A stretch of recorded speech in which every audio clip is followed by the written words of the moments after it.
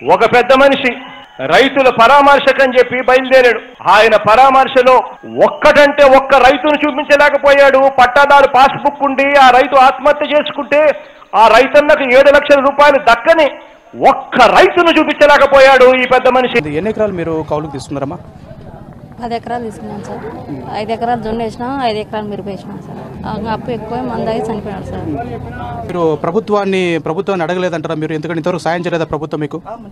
ఏం రాలేదు సార్. ఇట్లా రైతు కింద అప్పు అని పెట్టినాము, ఏం డబ్బులు అయితే ఏం రాలేదు సార్. ఈరోజు పవన్ కళ్యాణ్ మీ దగ్గరికి వచ్చి 1 లక్ష రూపాయలు సాయం చేయను ఏ విధంగా చూస్తారమ్మా? నాకైతే దేవుళ్ళకి కనపడుతున్నాడు సార్. మాలాంటి వాళ్ళకు దేవుడే సరైన ఒక్క రైతును చూపించలేకపోయాడు ఈ పెద్ద మనిషి. వరిమడి వేసినాం, 5 ఎకరాలు మిరపేసినాం సార్. ఏరు వచ్చి మొత్తం మునిగిపోయింది. ఇంకా అప్పు 15 లక్షల దాకా అప్పు చేసినారు. మా ఆయన ఊపిరి తిరగక సూసైడ్ చేసుకున్నారు సార్. ప్రభుత్వం 7 లక్షల రూపాయలు ఇస్తామని చెప్పింది. మరి ఆ దిశగా మీరు ప్రభుత్వ కార్యాలయాలకు వెళ్తే ఎలాంటి పరిస్థితి మీకు ఎదురైంది అక్కడ? పట్టించుకోలేదు సార్. మాకు కొంచెం డబ్బు ఉంటే పట్టించుకుంటారు సార్, ఏం లేని వాళ్ళని ఆడ పట్టించుకుంటారు సార్.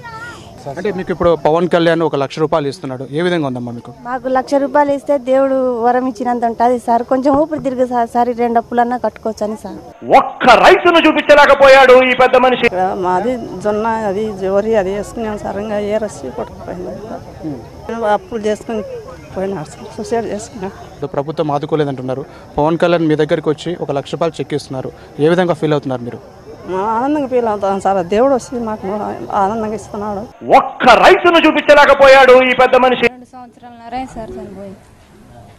మీకు ప్రభుత్వం నుంచి ఏమన్నా సహాయం అందిందా లేదా? మీరు ఇప్పుడు ఏం కోరుకుంటున్నారు?